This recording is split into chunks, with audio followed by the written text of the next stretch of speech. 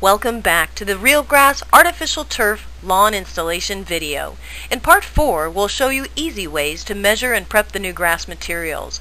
We'll also cover laying the grasses down in place and how to trim the edges to make them fit perfectly. We'll show you the proper way to apply infill materials evenly, which will help weigh the grass surfaces down and hold the blades of grass upright so they look natural. We'll finish up by cleaning up our workplace, and then we'll stand back and admire our work. This video, again, has been modified from its original version and will automatically advance forward for you. You can also manually navigate forward, backward, or pause the action using the control console of most viewers. Let's get started. Before you begin prepping your grasses, it's wise to remeasure and check your design. Let's review proper measuring using two measuring tapes. Set the first tape in the corner of the site and measure the width of the area.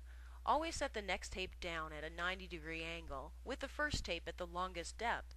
After you've measured, you can pick the tape up and measure other areas as well as the outer perimeter if you'd like. Determine which direction your turf grain will go.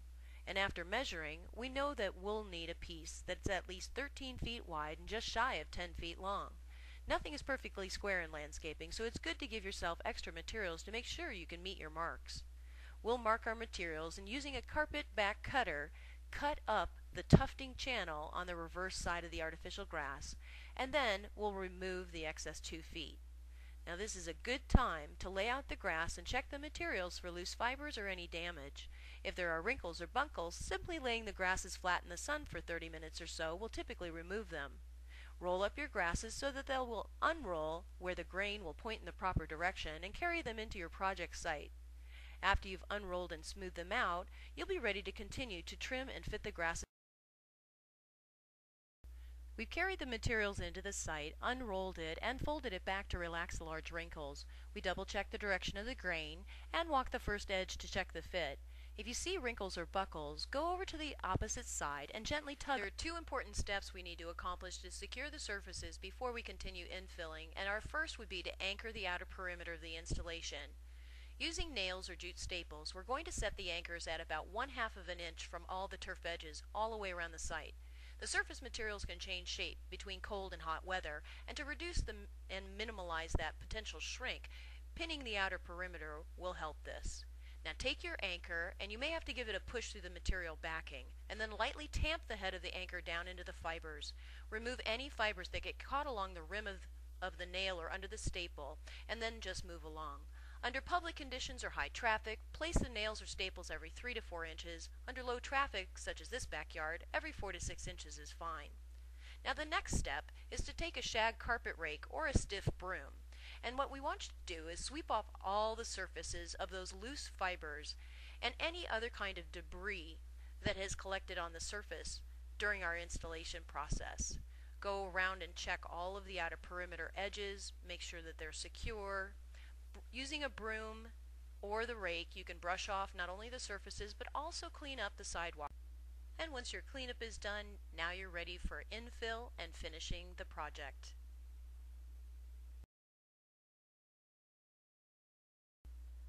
We're ready for the final steps of infilling the artificial grass and finishing up.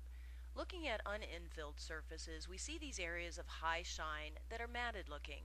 The infill will help to raise the blades up in these areas later on. You may also see some minor wrinkles in the surfaces, which is very common with many artificial grass styles, especially with lower face weights. Don't worry about them. The infill will handle that by weighing the backing down and helping to smooth these out overall. Now gather your materials as well as your tools. A carpet rake and stiff broom are important, along with a container and hand brush. Your drop spreader is the key to evenly infilling the surfaces. You should spread about 1/3 of the material down before you go on to the next step, using the rake to rake it in. Now we use a carpet rake or a stiff synthetic bristle broom and work the infill deep into the blades using deep short strokes back and forth. The drop spreader's hopper has an opening at the bottom you can adjust for the flow, and the valve is at the top of the handle. Turn it up to the highest setting for maximum flow. We're going to walk the site back and forth in an even pattern. You should also change directions. The spreader has a guide mark on the tops to help you along the way so that you won't overlap as you're walking. We'll begin drop spreading in the far corner of the site. And notice as we're working that the first load of infill really seems to just sit right on top of the surfaces. You won't be able to use the drop spreader to add materials to along the edges, so it's a good time to take a small container and a hand tool of some sort and fill the edges of the installation. Now as the video fast forwards through the process, notice how the surfaces on the grasses are changing as we use the carpet rake and start to rake in the infill deep into the surfaces.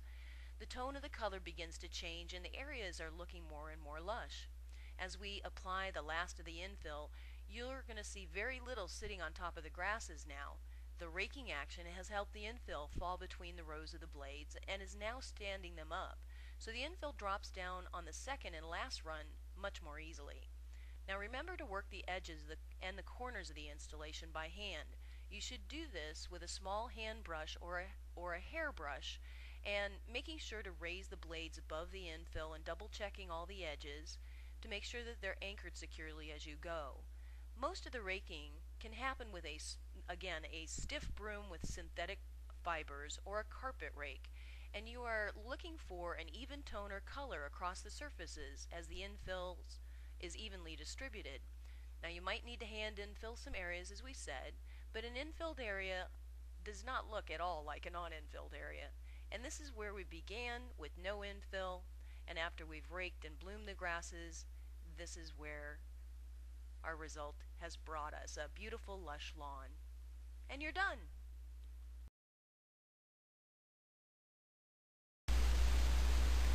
Thank you for viewing the RealGrass Artificial Turf Lawn Installation video. This is the end of part 4 of 4 parts. Now to go on, click the text link there to download and use handy forms and guides that can help you successfully design, estimate, and build your project with ease.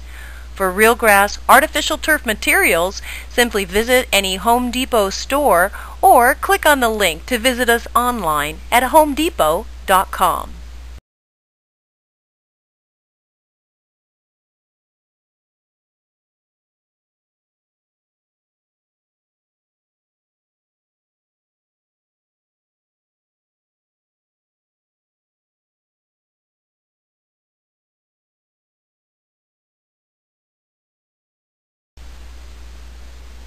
RealGrass Artificial Turf for lawn, landscape, and putting green surfaces, along with supplies and tools, are available exclusively at Home Depot stores and online at homedepot.com.